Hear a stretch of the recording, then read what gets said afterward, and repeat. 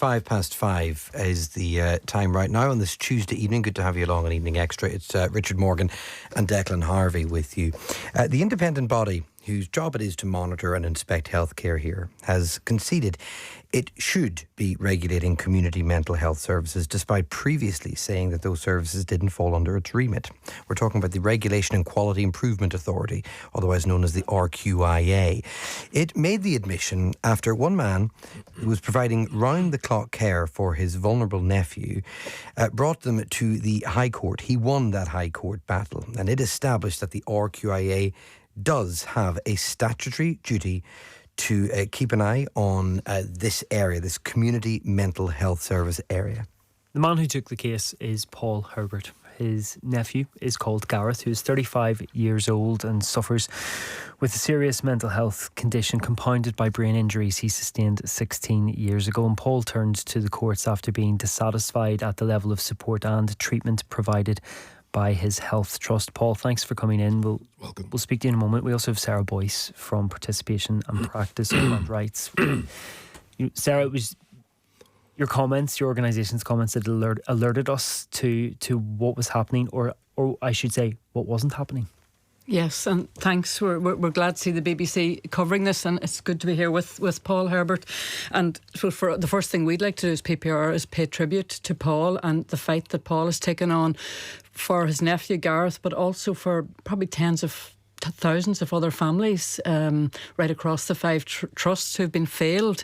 The court judgment came out on the 12th of May, and it was only, I think, last Thursday or Friday, so almost 2 weeks it took for the RQIA to actually issue a statement. It's disappointing that neither the RQIA or the Department of Health are on talking about this here. There hasn't been any statement from the Department of Health yet, which is really extraordinary in our view. And for us, and Paul will talk about the case itself, but the statement that came out from the RQIA actually only raises more questions. This is much, much wider than the failure to provide proper care for Paul's nephew Gareth. One of the big questions that needs to be asked is how did this happen? This has been a situation that has pertained since 2009. And this is that they hadn't been inspecting community mental health services. Could you just define what we mean by community mental health services? Well, I think that's something we're going to be asking the RQIA to define, and it would be good if the RQIA did come on and define, because it's very broad. It can cover addiction service, can cover eating disorders.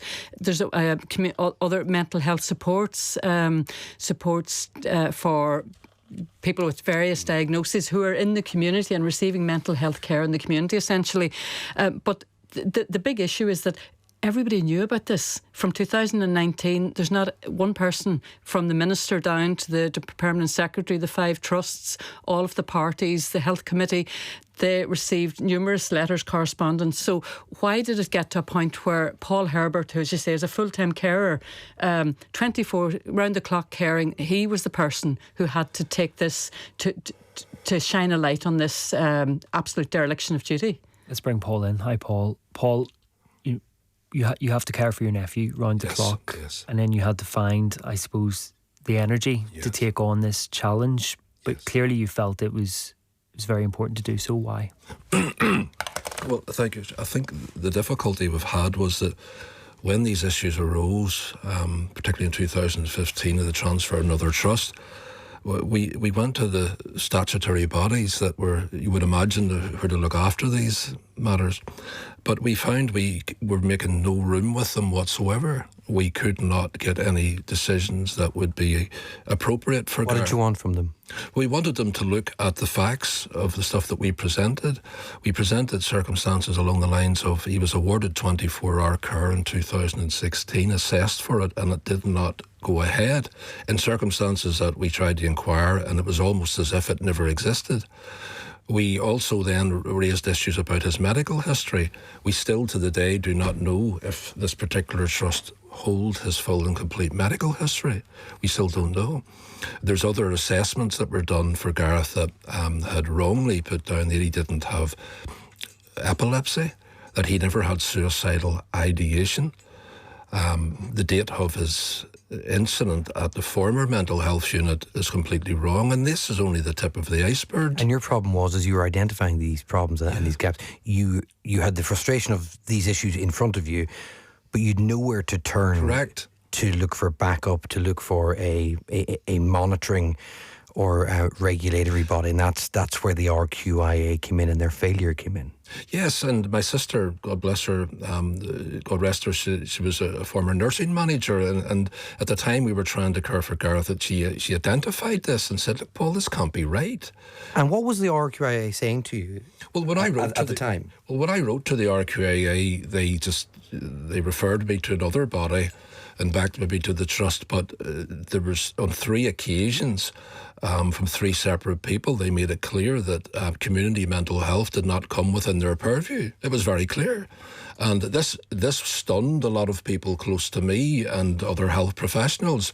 I subsequently, my sister wrote to the Department of Health, the former permanent secretary, laying all of this out together with what we considered failings of this particular trust we were at. I mean, gaping failings, I'm told, by health professionals.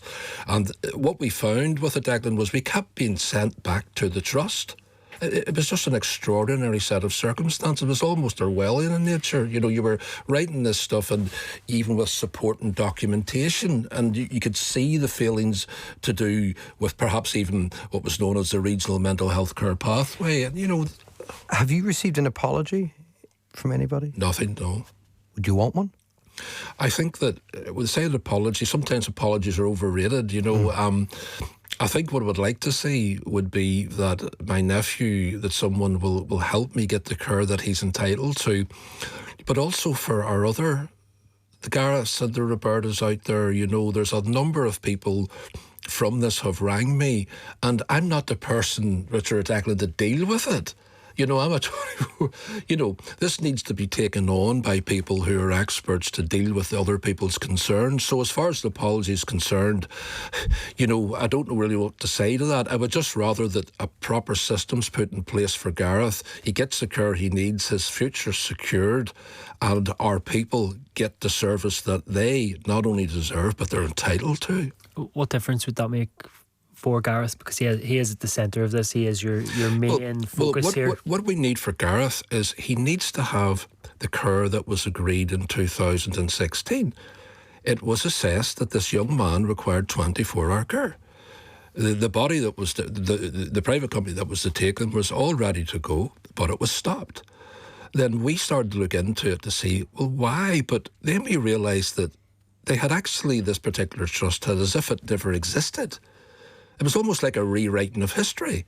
And they started a whole complete process. And we're saying, look, well, you know, you can't need 24-hour care one day and then the next day you don't. And then you go into it completely, and that's where all of it... That care would improve his outcomes. It would keep him safe. Well, let me put it like this to you. I'm his last family member. His grandfather has passed away, his grandmother, his father, his mother, and his sister.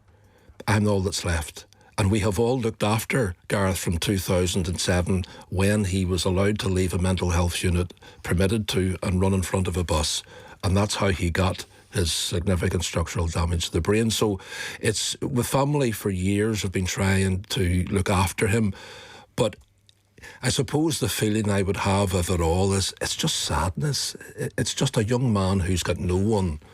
And as far as compassion's concerned, if it's there in this system, I don't see it. Sarah, you want to come in there? Just to come back on the question you asked around an apology, and I agree with what Paul was saying. I think, and it was really took us aback that there wasn't any apology in the statement from the RQIA, but an apology would be the absolute bare minimum.